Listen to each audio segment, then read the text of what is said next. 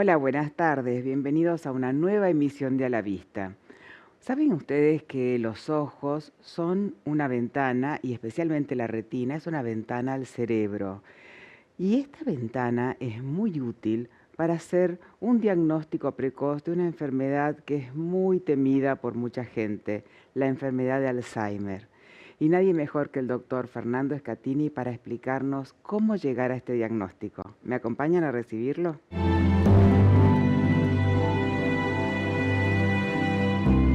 Bienvenidos a este primer bloque de A la Vista y vamos a recibir al profesor doctor Fernando Scatini. Gracias, Fernando, por estar con nosotros. Gracias a vos por una vez más invitarme a tu programa. Que es cuando me planteaste este tema, la verdad, me parece que es súper interesante porque todos tenemos miedo a un trastorno cognitivo, a una demencia senil y mucho más a un Alzheimer, que es una enfermedad que comienza bastante joven, ¿no es cierto? Sí, exacto. Hay estudios inclusive que se podría llegar a prevenir hasta 20 años antes de que se instale realmente la enfermedad. Entonces, con algunos estudios como se están haciendo hoy en día, podemos llegar a determinar si ese paciente o no puede ser pasible de un Alzheimer o no.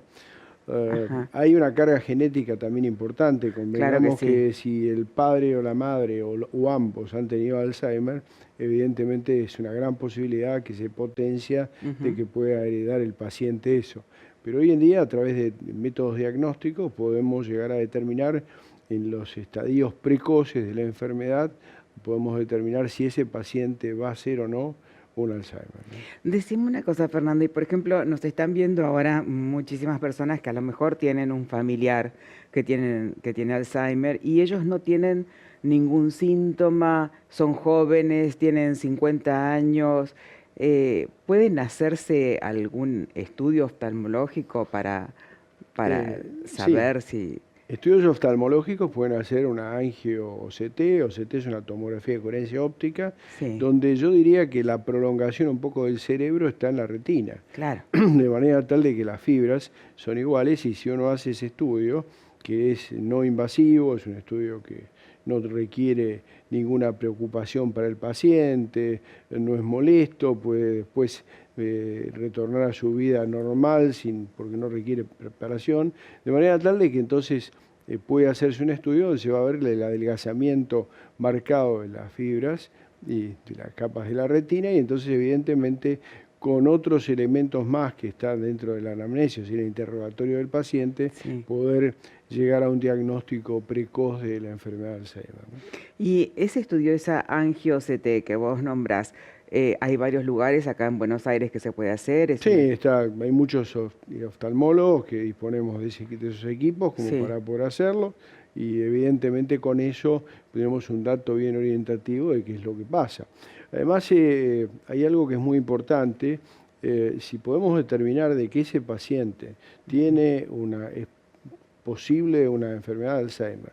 Si eso se corrobora con signos o alteraciones cognitivas, como es que el paciente que olvida las cosas recientes, que es reiterativo, que a lo mejor pregunta qué día es hoy en varias varias veces. oportunidades, en un lapso muy corto, si además ese paciente recuerda nada más que los hechos de hace muchos años atrás y no los recientes, Claro, cuando era chico. claro, son todos elementos que nosotros tenemos como para sumarlo a lo que nosotros hacemos el diagnóstico a través de la angio-CT. De esa manera, hoy en día ha salido un medicamento que fue aprobado por la FDA hace ya aproximadamente 2 años y además ahora por la Administración de Drogas de Europa también ha sido aprobado, donde puede frenar la enfermedad. Ah, Con un eso es costo grandioso. elevadísimo, pero bueno, Claro. evidentemente podríamos evitar de que ese paciente que más de una vez tiene esos olvidos, que más de uno de nosotros piensa que a lo mejor es un tema de estrés o porque está Ujú. cansado por alguna Sí, lo otra razón, minimizamos. lo minimizamos, entonces bueno, todo eso podemos llegar a inyectarle a ese paciente el medicamento y poderlo evitar de que ese paciente llegue a otro tipo de alteraciones mucho más severas y mucho más graves. Claro. Lógicamente hay que elegir muy bien el paciente porque el medicamento ese que se inyecta por vía endovenosa tiene en algunos casos, si no se lo estudia bien desde el punto de vista del laboratorio, Ujú. puede hacer hemorragias cerebrales.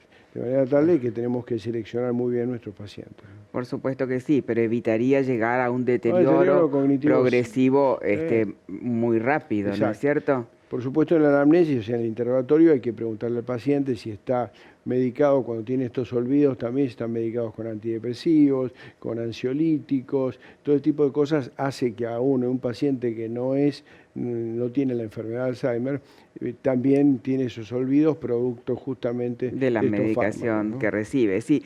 Y entonces esto para que la gente lo entienda, es un diagnóstico que se podría hacer con un estudio que es mínimamente, Invasivo.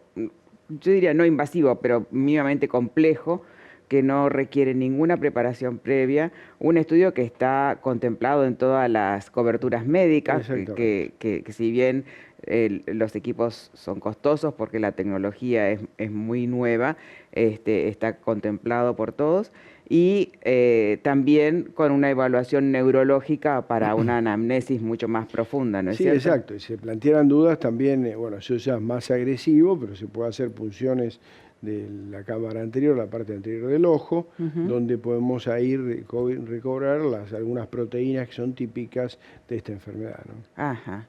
Y Y la punción del líquido cefalorraquídeo le pone la claro, última palabra si tuviéramos claro. dudas, pero con algo que no es cruento, evidentemente podemos llegar a seleccionar los pacientes y a decir si este paciente es pasible o no de una enfermedad de Alzheimer. Y bueno, de esa Ah, manera, dentro de la poca medicamentación que hay para detener un poco o hacer más lenta la evolución de la enfermedad, se le puede dar, como el caso de la vitamina B, y claro, además, bueno, estimularlos a hacer ejercicios, claro. Sí, a sí, sí. dieta, en fin, donde no deberían tener uso del tabaco, alcohol, hacer una dieta saludable, con pocos lípidos, en fin, la dieta Sí, que nos aconsejan claro, para promoverlo a todo una el vida sana exactamente, y con actividad física, que eso exactamente, nos hace bien a a todos, todos, bajar el estrés, bajar el exactamente, azúcar, claro, hasta sentirnos más felices. Cuando seguro, salimos a caminar simplemente nos seguro, sentimos mejor, de mejor ánimo. exacto, Si estás un poco triste o estás un poco deprimido o ansioso, salís a sí, caminar seguro. al aire libre y te despejas muchísimo. Y eh, además de este estudio, ¿hay algún cambio que se vea en los pacientes que tienen Alzheimer en el fondo de ojo que pueda llegar a afectar su visión o la capacidad para leer? Sí, tienen algunas alteraciones como gran tortuosidad vascular. Son alteraciones que no son patrimonio solamente del Alzheimer, Claro, sino que están vinculadas más a un deterioro de tipo circulatorio general, más que claro, nada, ¿no? claro, claro. Pero lo que sí era a nivel de la resonancia magnética, ahí sí vemos signos típicos donde aparece arresoleamiento, donde se conjugan en mismo punto una serie de proteínas que son típicas, y entonces, bueno, cuando llegamos en esos estadios ya es tarde. Sí, es tarde.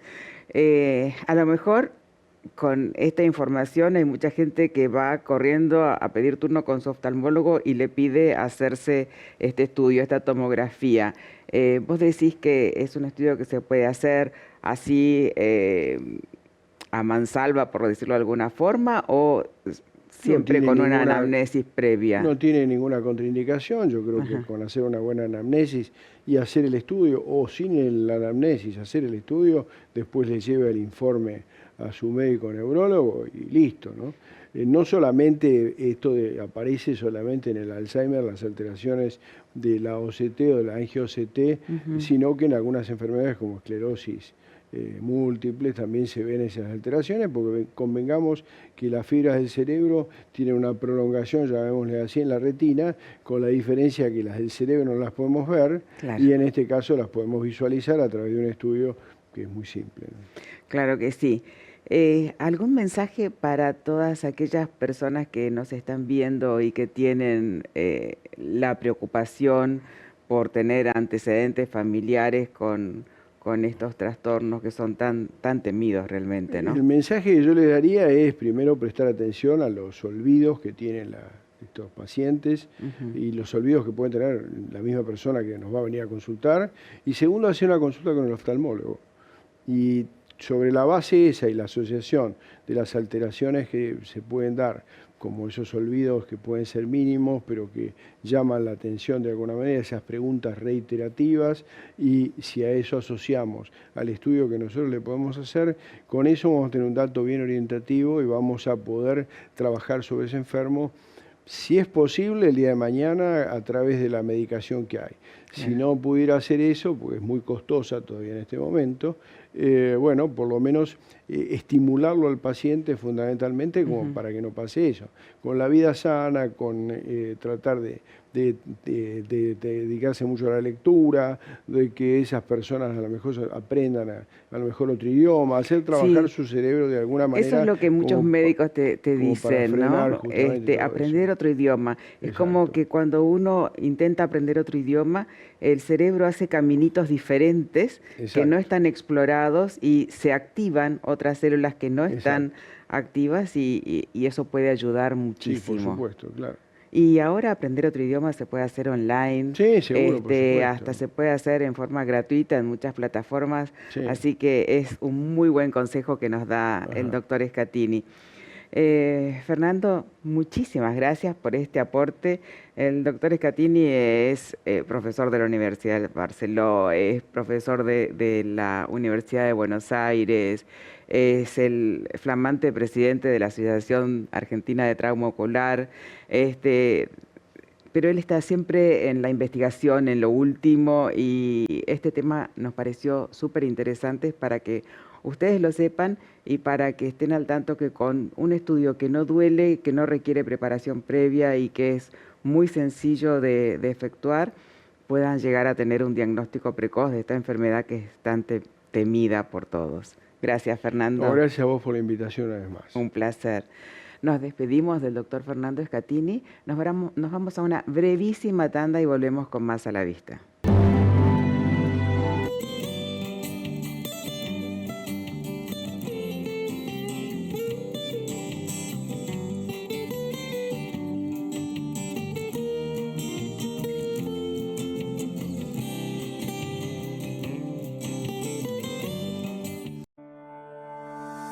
¿Sabías que la miopía está aumentando a niveles alarmantes en todo el mundo? Y así es como Internacional desarrolló los anteojos Majestic Myopia, que vemos que tenemos en el centro de lo que es el eje visual la corrección que el niño requiere para poder ver bien, y en la periferia, de forma muy sutil, tiene como un pequeño esmerilado, y eso es lo que genera a nivel de la retina periférica una disminución de lo que es la sensibilidad al contraste, que actuaría como un estímulo para frenar la progresión de la miopía. Si tenés algún familiar con miopía, este es el momento para empezar a hacer algún tratamiento para la miopía.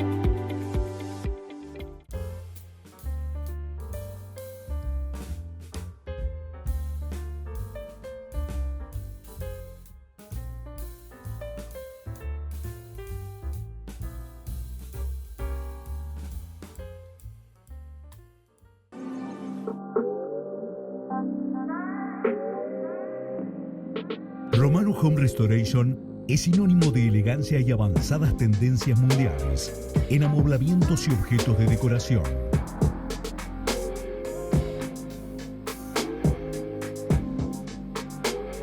Somos una empresa integral dedicada y reconocida por particulares, empresas corporativas, hotelería y empresas constructoras.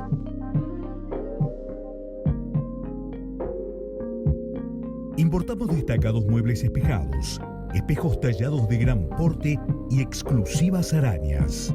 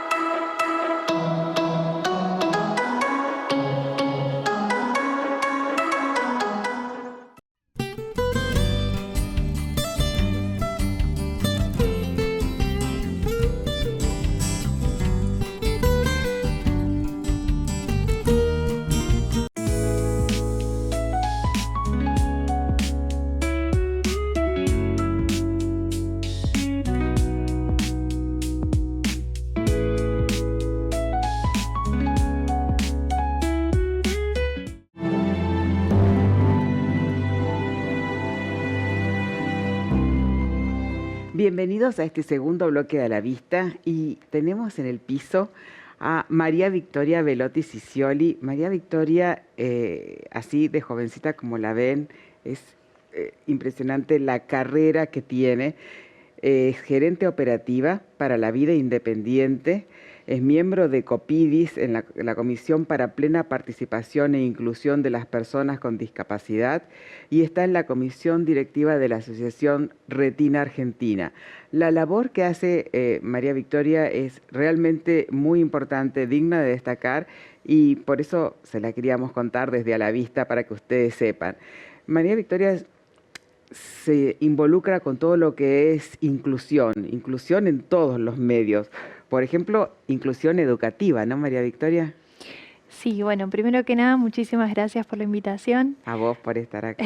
Hola, María. Y bueno, en el marco, digamos, de la asociación, lo que hacemos es promover que las personas que llegan con algún diagnóstico o en búsqueda de algún diagnóstico de alguna distrofia hereditaria de la retina. Generalmente estas situaciones se vinculan a la discapacidad visual y en ese sentido la idea es acompañar a las personas, a las familias, sobre todo cuando son niños, niñas, adolescentes, en el trayecto educativo, explicándole cuáles son sus derechos a la inclusión educativa, también abriendo algunas puertas en relación a cuáles son los apoyos que existen, que son muchísimos y muchísimas veces no se conocen, Claro. y también de que, bueno, que existe, digamos, a nivel de rehabilitación visual, de estimulación visual, o esta diversidad de apoyos para poder estudiar en igualdad de condiciones. Claro, sobre todo eso, en igualdad de condiciones. ¿Y cómo está la inclusión en las escuelas en nuestro país actualmente?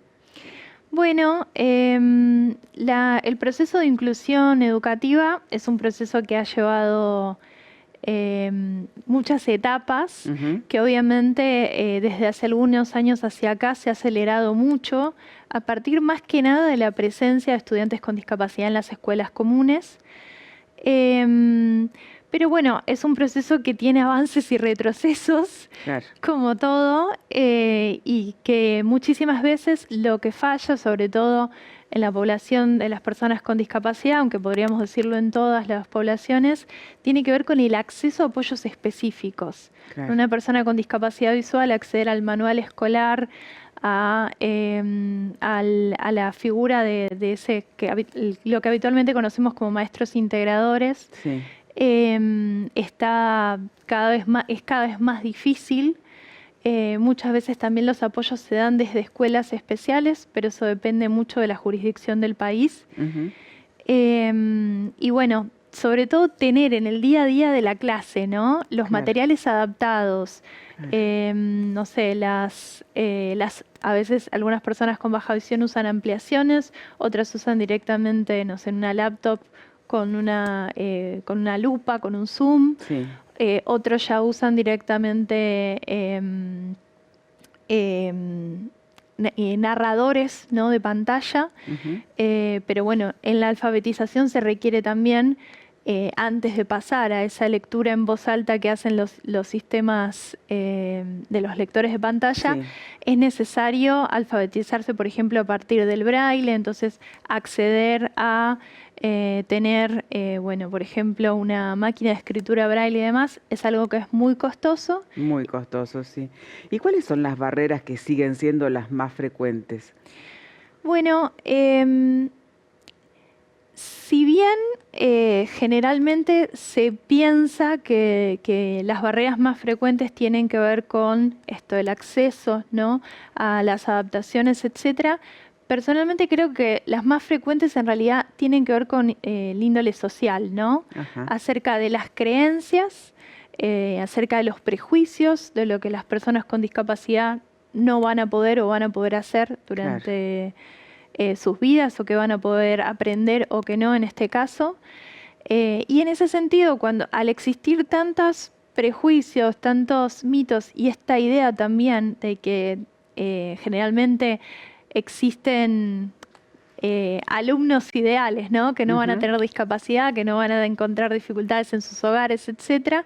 Lo que sucede es que el sistema tampoco se prepara para darle los apoyos que va a requerir la diversidad, ¿no?, del estudiantado. Seguro. Contanos un poquito por qué vos empezaste a involucrarte con todo esto, María Victoria. Bueno, yo soy una persona con discapacidad visual, tengo una distrofia hereditaria de la retina que se llama Stargardt, que es más o menos inició entre los 7 y los 8 años.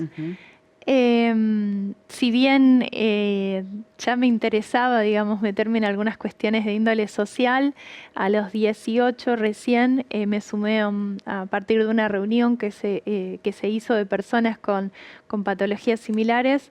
Fue la primera vez en la vida que yo conocí otras personas con la misma patología que yo, porque es una patología poco frecuente. Sí.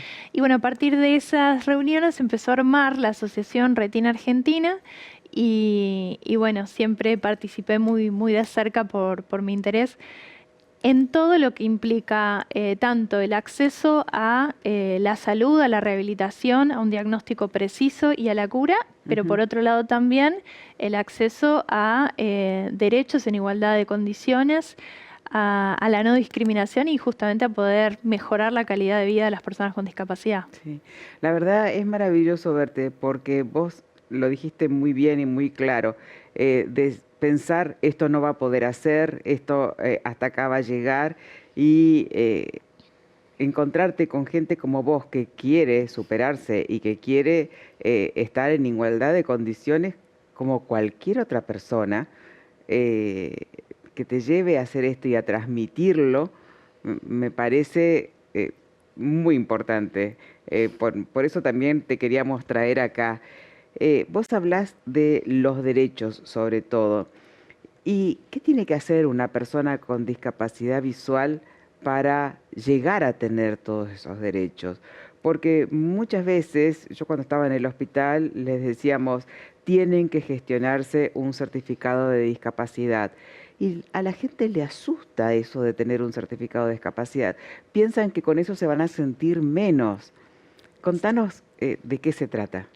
Sí, exactamente. El certificado de discapacidad, como bien decís, es el documento nacional que hoy nos habilita a las personas con discapacidad a acceder a distintos derechos y beneficios que el Estado o nacional o jurisdiccional prevé para este colectivo. Claro. En ese sentido, efectivamente existen un montón de prejuicios que hacen que las familias y las personas lleguen muy tarde al certificado y eso implica que muchas veces se queden sin las coberturas de prestaciones. Pierdan, sí. Totalmente. Tienen que ver con muchos mitos que hay sobre el certificado, por ejemplo, de que no se puede trabajar con certificado, que es mentira, o que el certificado es algo, digamos, de público conocimiento, cuando en realidad es un documento que es privado. Si yo no lo exhibo, nadie tiene conocimiento de eso, está protegido por ley de datos. Claro. Y efectivamente, bueno, en nuestro país, por la legislación, el certificado de discapacidad, sobre todo, permite, digamos, la cobertura total por parte de las obras sociales, las prepagas y si no el Estado, de medicamentos, tratamientos, productos de apoyo para discapacidad, las figuras como los de maestro integrador, transporte, etcétera. Sí, el certificado es para facilitarte las cosas, no para ponerte impedimentos, que es lo que la mayoría de la gente cree. Es como que creen que tienen el sello de y que eso les va a cerrar puertas, ¿no es cierto? Sí, eso para empezar tiene que ver con una idea de la discapacidad que se cultivó por muchos años, ¿no? En relación donde ser una persona con discapacidad en algún punto implica ser menos o tener menos valor que el resto de la población. Desde el modelo social de la discapacidad que instala la Convención sobre los Derechos de las Personas con Discapacidad, que es un tratado internacional de derechos humanos, sostenemos que la discapacidad se da en la interacción entre la persona, la deficiencia médica que tiene, pero donde pesan mucho las barreras del contexto, que son las que hacen que esa persona esté o no incluida en la sociedad. Es cierto. Entonces, esta concepción trae la posibilidad de pensarse, sobre todo como persona con discapacidad, no desde un lugar de, digamos, de déficit o de subnormalidad, como se decía, digamos, hace muchísimos años, sino pensarse desde el lugar donde la humanidad en sí misma es diversa, todas las personas somos distintas, y las condiciones que nos atraviesan son parte de esa diversidad. Ujú. No, lo explicaste maravillosamente. ¿Es muy difícil obtener el certificado de discapacidad? ¿Hay algún lugar donde nosotros podamos decirle a la gente, métanse en tal página que les van a dar toda la información que requieren? Sí, como decía antes, el certificado de discapacidad es un documento que es nacional, pero lo emiten las distintas provincias o la ciudad de Buenos Aires. Sí. Cada quien debe tramitarlo en la jurisdicción en la que vive. Ajá. De todas formas, en la página de la Agencia Nacional de Discapacidad, donde está el apartado del Certificado Único de Discapacidad, que así se llama, por eso se le dice muchas veces CUD, ahí a partir de responder una serie de consultas, de si es la primera vez, de cuántos años tiene la persona, qué tipo de discapacidad, etcétera, Sí. te da la indicación específica de dónde tenés que tramitarlo según dónde vivís y los requisitos básicos. Muy bien. ¿Querés decir otra vez el nombre de la página? Sí, perdón, es la página web de la Agencia Nacional de Discapacidad. Agencia Nacional de Discapacidad. De Con que es- poner esas palabras ya vamos a encontrarlo. Exacto. ¿Qué mensaje le dejarías a la sociedad, a todos los que te están mirando, María Victoria? Bueno, en principio que todavía tenemos mucho que construir en Ujú. relación a lo que se piensa de las personas con discapacidad en general, no solamente obvio de las personas con discapacidad visual, y que muchas veces ese proceso todavía está muy ligado a argumentos médicos, cuando en realidad tenemos que pensar que son procesos de adquisición de derechos como han pasado otras poblaciones, ¿no? Sí, Las mujeres, los colectivos, no sé, LGBT, sí, tal cual. etcétera. Y que en ese sentido es importante empezar a repensar y abrir espacios donde las personas con discapacidad empiecen a circular y a transitar con el resto de la población para ir rompiendo estos mitos y obviamente garantizar la inclusión. Muchísimas gracias por haber venido a nuestro programa. No, muchísimas gracias por invitarme. Nos despedimos de María Victoria Velotti Cicioli y nos vamos. Se terminó el programa. Nos vemos la próxima semana aquí en Canal Metro por A la Vista a las 17:30.